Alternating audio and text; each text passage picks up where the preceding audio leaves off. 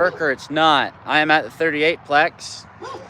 As you can see, got a little bit of land here, and we're gonna do Whiteboard Wednesday from this land. We just got a brand new development going in way over there. Got a very loud dog, and a brand new wall that got put in by that developer. But we are standing right now, we being me, because Christian's working on the cabins over in Union. I'm standing on our future development site. We are gonna be building a bunch of brand new townhomes here. This is gonna fit in with the brand new housing development over there. And the goal of us playing the little Monopoly game in Moses is to buy apartments that cash flow day one with upside. And we want to pick up enough land so that we can actually build onto it and make it better than it was when we first got it. So we've got 228 feet of highway frontage here. We've got our 38 apartments over there, and right here, we've just got this huge chunk of land that is pretty useless. However, we are gonna come in, I'm working with our builder right now, working with the city, and we're gonna put 18 townhomes up here. And the fun part about that is, once we get that knocked out, we're gonna knock down that front 13 plex, which is an absolute turd. And we're gonna put up 60 townhomes over there. So we'll have a 97 unit townhome development, 97 total units, and we got our 24 plex, of course, right there. But happy Whiteboard Wednesday. I see some people in the chat. I'm on my phone, so I can read it as you chat, and I'll try and scroll through, but if you have questions, happy Whiteboard Wednesday. All Nighter said, traveling in automobile, so not much chat for me. Hit the like button, though. Hey, appreciate that. Ryan Mitchell, hey. Does anybody have any questions about this site? Because this right now is a pretty lame piece of dirt, but smack dab between freeway and brand new development, so super stoked about it. The goal, if you can see this little wall here, they're gonna extend that wall all the way over to the tip of our land parcel, which is way over there. We actually got water and sewer right over there because they brought it in for the development. And we are gonna build a bunch of townhomes from basically that car all the way over. And then we're gonna build another 6 unit over here. Ryan said he closed on first investment property yesterday, triplex. Oh, a lot to the channel. You don't know anything to this channel. Ryan, congratulations, super stoked for you. Austin said stick with townhomes or prefab townhomes. So we're doing stick build. And the reason for townhomes over just building multi-story apartments is, at least where I'm at, if you do townhomes, you can avoid the sprinkler systems, and the sprinklers for all the water is where it can really cost you a lot of money. I learned that from one of the guys who actually helped me get started in Moses Lake. He was the first person to ever seller finance anything to me in Moses, and he said, Cody, you can build apartments, you can do 2-3 story apartments, put people on top of each other, but it gets super expensive when you want to put in the sprinkler systems, and you got to do that if you're doing multi-story. So the townhome is the way to go, at least for where I'm at. Curious if anybody in the chat's ever done development. This is gonna be our very first time trying this out. I don't see any other questions though. This might just be a live from the field little video. If nobody's has questions, then happy Whiteboard Wednesday, but I appreciate the 10 people we got tuning in. And if anybody wants to come to Moses Lake, we're gonna be doing this development project, and eventually we're gonna be knocking down the front building because that's an absolute turd. But if you wanna come to Moses Lake with us and you're not in town, or you can get to town, you should definitely join. We'd love to show you around the area. We are the largest property owner as far as multifamily goes by building count in the county. We just passed up the housing authority not too long ago and about to do a lot of changes. So if you want to see Moses Lake before everything changes, before all the old apartment complexes get flipped, we'd love to have you come out. If you want, just shoot us a text message or shoot us a DM on Instagram, and we'll do a Moses Lake day. We can all pile up in the Tesla, and I can show you around. And yeah, there's actually some development sites over there too. But since we don't have any questions for today, main lesson: buy apartments that come with land, and make sure that you can cash flow it. But if you can get the real estate to buy the real estate, it's a good deal. Alternative B, I'm in Soap Lake, would love to see what you're doing. No kidding. I was just in Soap Lake the other day. I looked at buying, there's the Lakes Apartments. Didn't end up buying them. They're kind of a turd, but yeah, I was just over there. You should definitely come say hi. Charles, how would you recommend the best way to get a HELOC? Well, if you want to get a HELOC, a home equity line of credit, you should probably get a home, and you should probably have some equity. If you don't have equity, you can't have an equity line. It would just be zero. And so you need to get something with equity. So if you want to buy something and you don't own anything yet, deal with that equity. You find a piece of real estate to buy. You're probably not buying a piece of land right now. You're probably buying some turd apartments like the ones that are back there, but those are actually going to be quite nice when they're all done. The main front building is the worst one, but you buy the apartments that no one else wants to take on. You find, okay, what's the project that I can afford to do right now? And once you get into that project, you make it nice. You don't just hold apartments where they're at. You got to make it better than when you come in. And that's what allows you to build your equity. Once you have some equity, whether you do it with a house, whether you do it with apartments, I'm going to recommend you do it with apartments. Totally up to you. There's just more scale. Once you have the equity, then you can borrow against it. Dowden, what math do I study to get good? Well, it's really quite simple, and there's just a couple things you got to know. If you have your income on an asset, income less expenses equals cash flow. And as long as that's a positive number and you're happy with how positive it is, that's really the only math you need to know. If you want to get really deep on it, you can look up what a loan factor rate is, and it's the true cost of capital. As long as your true cost of capital is less than the net income an asset produces, you're positive, as long as you're working with the correct numbers. So just make sure your cash flow is positive. Alternative B said, I own a fourplex. If you own a fourplex in Soap Lake, we should definitely meet up. I love meeting up with owners in Grant County. That's awesome. Dowden said, and you really knew nothing when you went to your first seller finance deal. Absolutely. My hand was shaking when I signed that deal.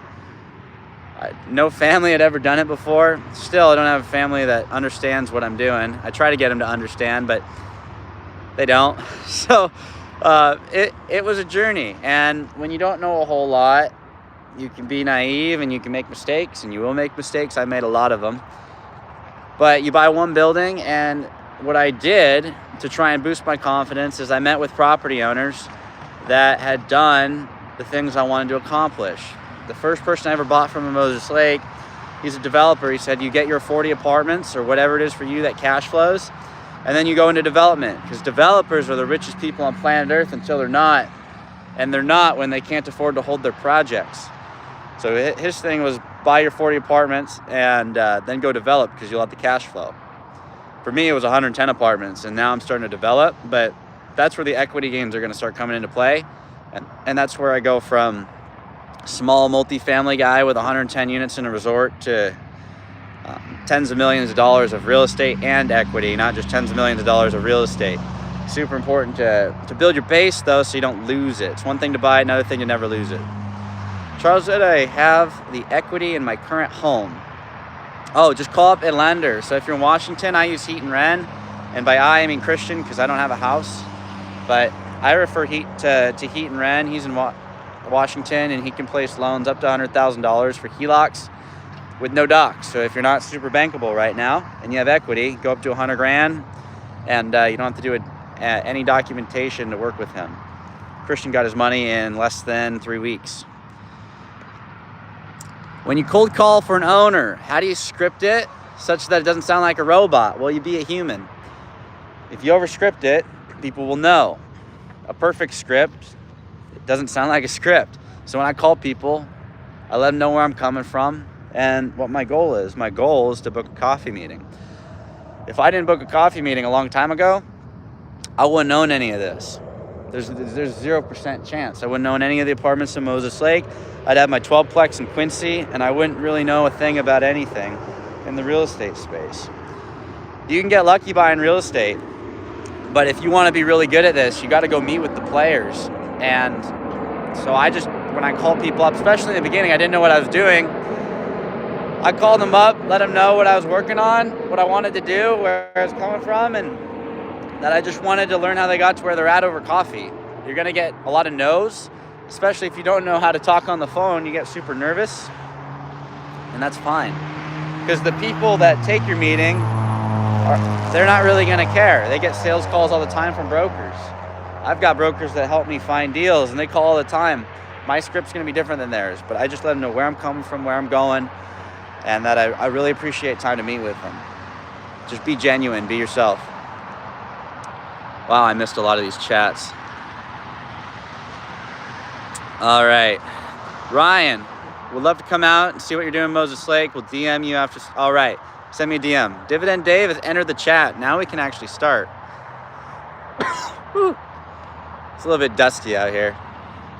All right, Austin, would love to hear some creative clauses.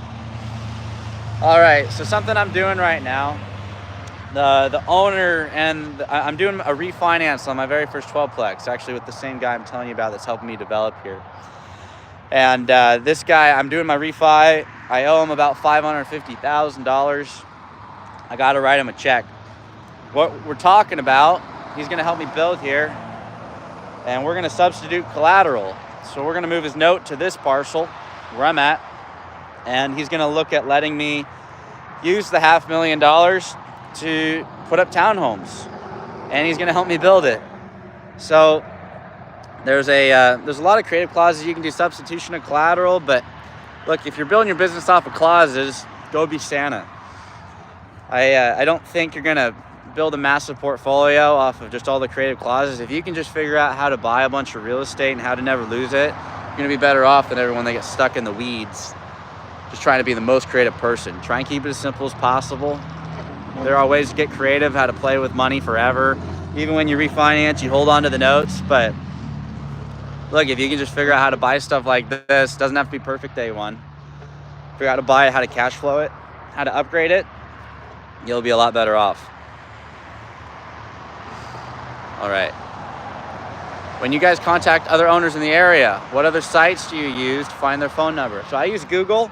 We have a video on our channel, how to find any property owner ever. My phone number's in there. But you can literally use that to find anybody. Just check that video out.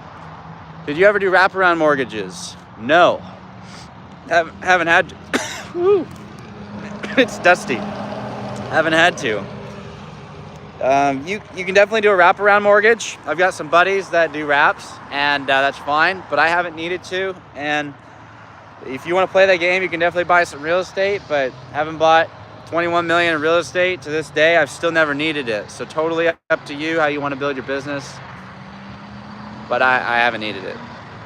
When you calculate rents and vacancies, do you contact property managers in town? So like I mentioned earlier, I've got more multifamily today than most. And I have some small buildings. Like there are people with much bigger assets than I do in Grant County that have way more units. But I've got a lot of the small buildings.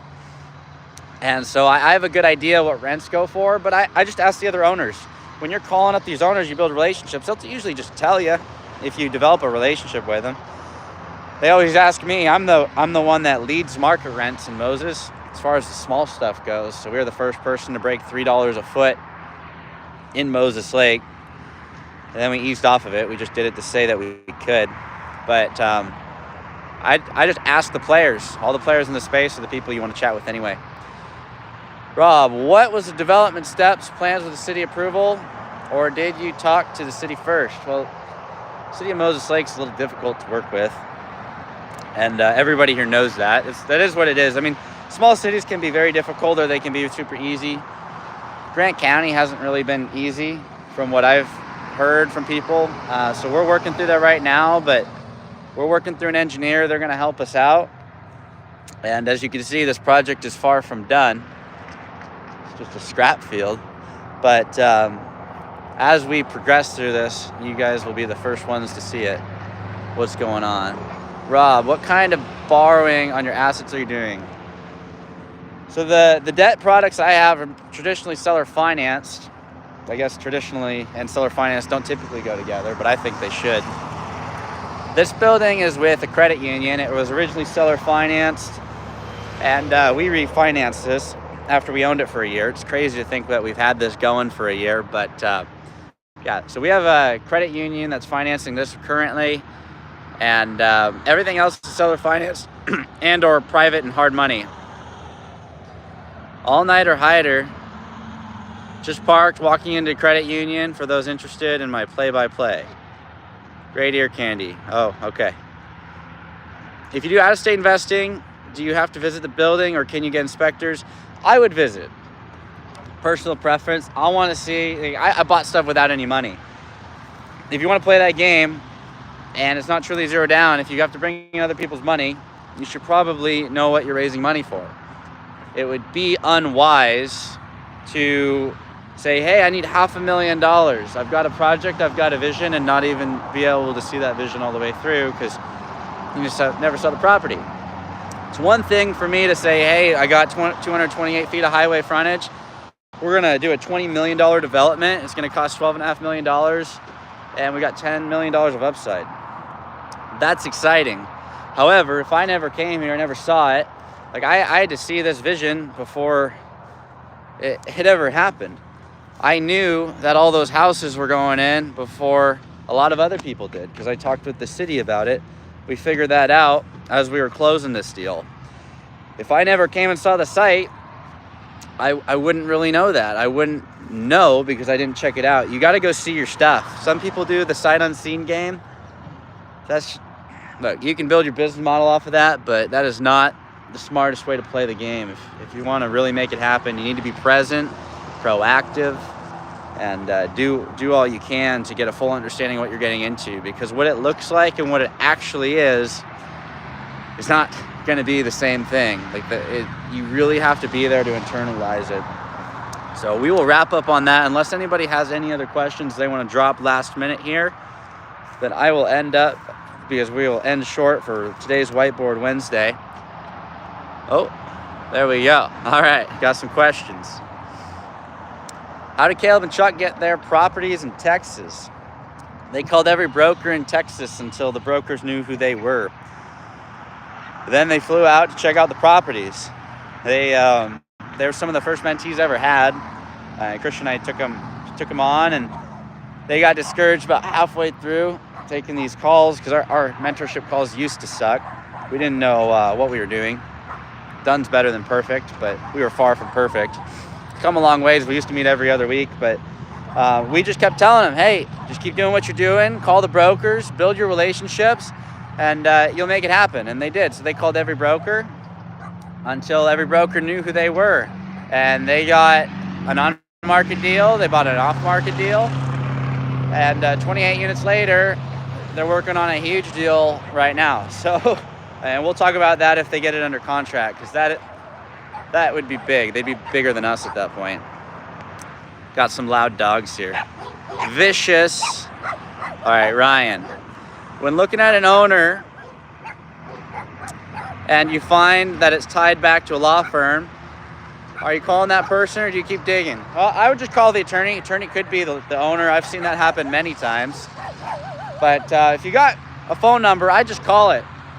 I mean, maybe that's not the best way to do it, but I see a number, I hit dial. All-nighter hider. What kind of vacancy rate do you consider conservative when running your numbers? 8 to 10%, but in Grant County, 8 to 10% super conservative. It just depends where you're at. Alternative B said I'll DM you because Soap Lake is builder friendly. That's what I've heard. I've heard it's super builder friendly over there. It's not where I'm at. So Moses Lake, you can build a lot, but getting through the city can be kind of a pain.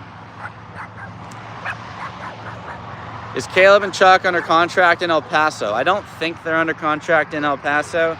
You should ask them. Shoot them a message on Instagram. They work on so many deals. We just got under contract on a 12-plex today. Christian's not on that contract, but I'll assign it into our LLC.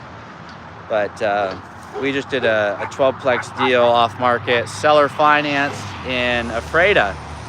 So when we chat about meeting in Soap Lake, then maybe we can go visit that one.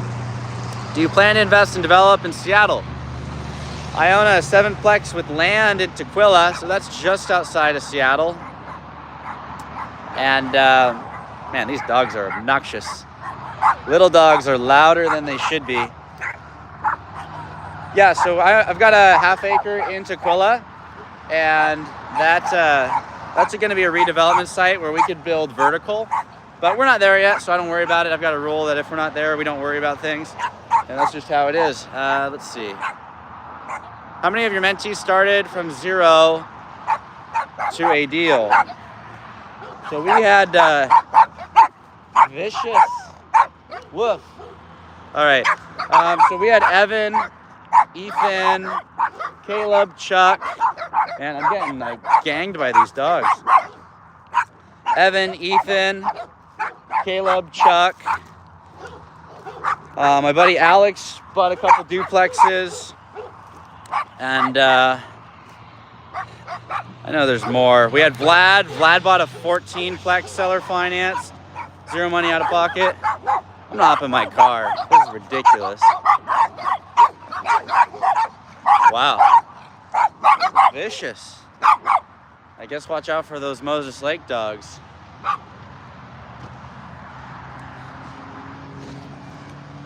Woo! I made it. That was special. But yeah, those dogs can sense fear, as someone said in the chat. Terrified. All right, let's see. Now it's a little quieter. I can actually read through all these questions.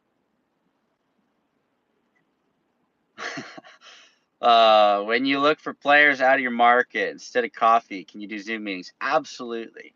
The main thing is like you can't build a relationship in person with everybody, but the easiest way that I've found to build a relationship is in person. That may not be the case for you. Vlad did his 14-plex zero down, but he had a VA set up the meeting, and then he built the relationship from there. He's going to buy a lot of stuff from this guy. You can definitely do it either way. But I've found success in person, and what you choose to do with that is fine. Whether you do in person, out of state, it's okay. But just understand that it's relationship-based approach. Ryan said I have bacon in my pocket. I might. I had bacon yesterday. They probably can sense it. Tour of the 38. We could probably do that. Yeah, we could probably do that. Trying to remember the code. I was going to show you guys inside of one of the nice units, but I don't. We'll see. I'll walk over and see if I can get us in that one. I'm not 100% sure that I remember the code. When trying to find deals in your specific market in the MLS, can you do debt service for investors if it doesn't cash flow day one? You can do debt service, but if the property doesn't cash flow, you got to pay it out of somewhere. So the main thing is, how do you pay your debt? With money. If you don't have said money, it needs to come from the property. And if the property doesn't pay it, then you probably shouldn't leverage it. But your ability to borrow money and get cash flow dividends off of said money, that's how you scale. People get limited when they cannot acquire new debt that cash flows. Cosra said, how do you maintain relationships regularly?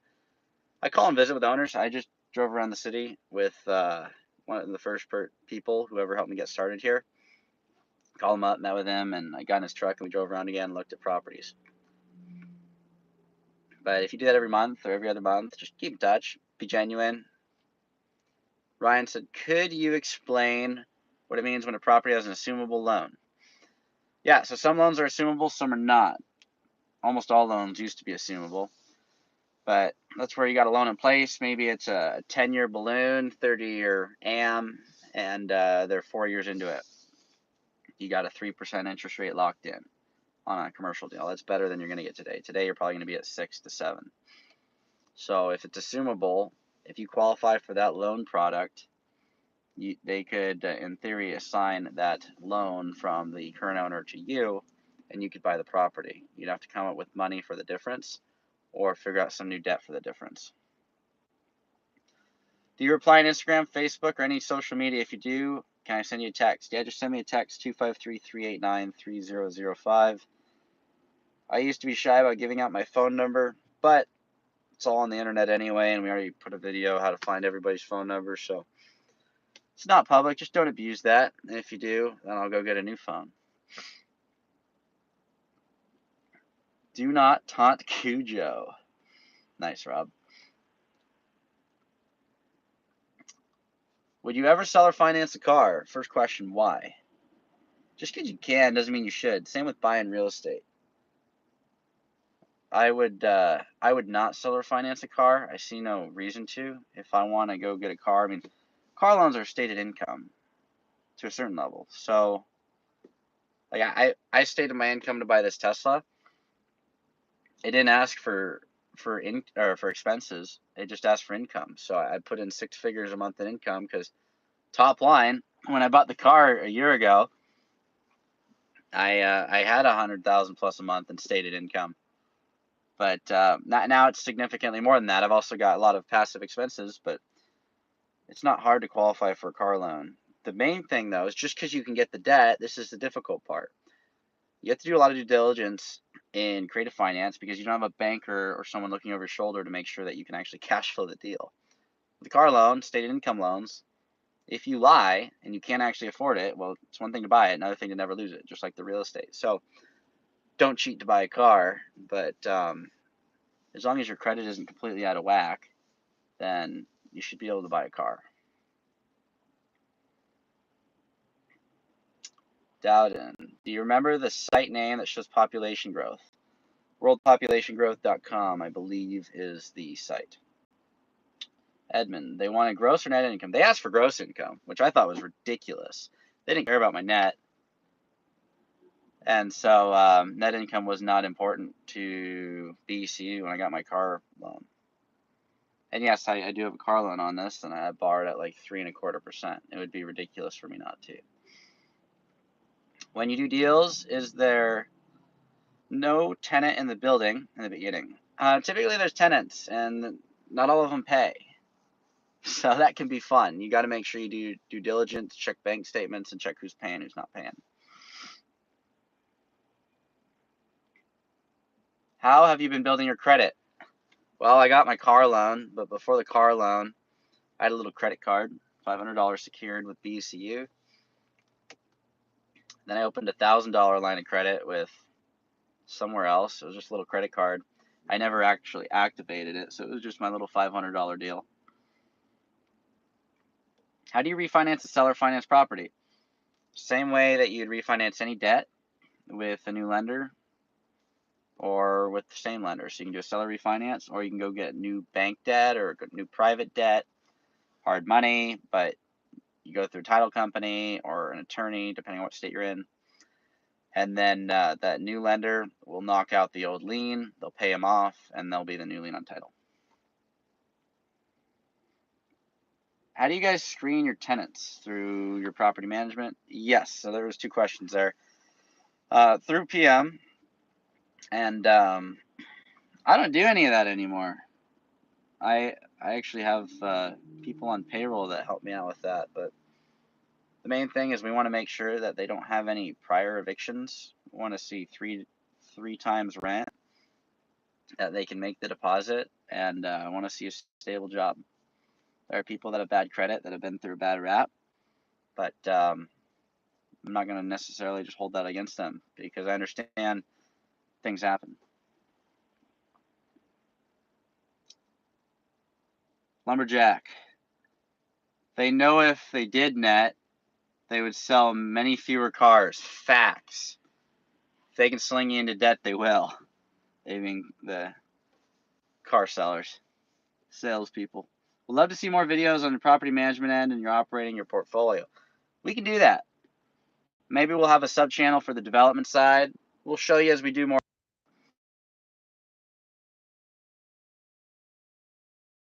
thing to stabilize it, and it's a completely different business if you want to optimize it. We're focusing on optimizing. We've got vacant land we're building right now. Our rentals, we're fixing everything up. All the cash flow we're not paying ourselves. I'm so excited. By the end of this year, early next year, we should be able to pay ourselves $30,000 a month each, we being Christian and I, out of the real estate. But to get there, we have to optimize everything and fix everything up. All the projects that have been neglected, have been given no love for decades by prior owners. Like we've thrown millions into real estate. Now we're doing hundreds and hundreds of thousands of dollars of renovations. When it's all done, we'll get to reap the rewards. But in the beginning, you have to throw everything into stabilizing it and then optimizing your assets. So we're doing that right now. We'll take you along the journey. This site I'm on right now will be like a $12 million development, depending on where it all pegs out. But we'll take you along and show you how all the ops work. How much do property managers typically charge? Typically 8 to 12%. And if you're doing short term, close to 20, 25%.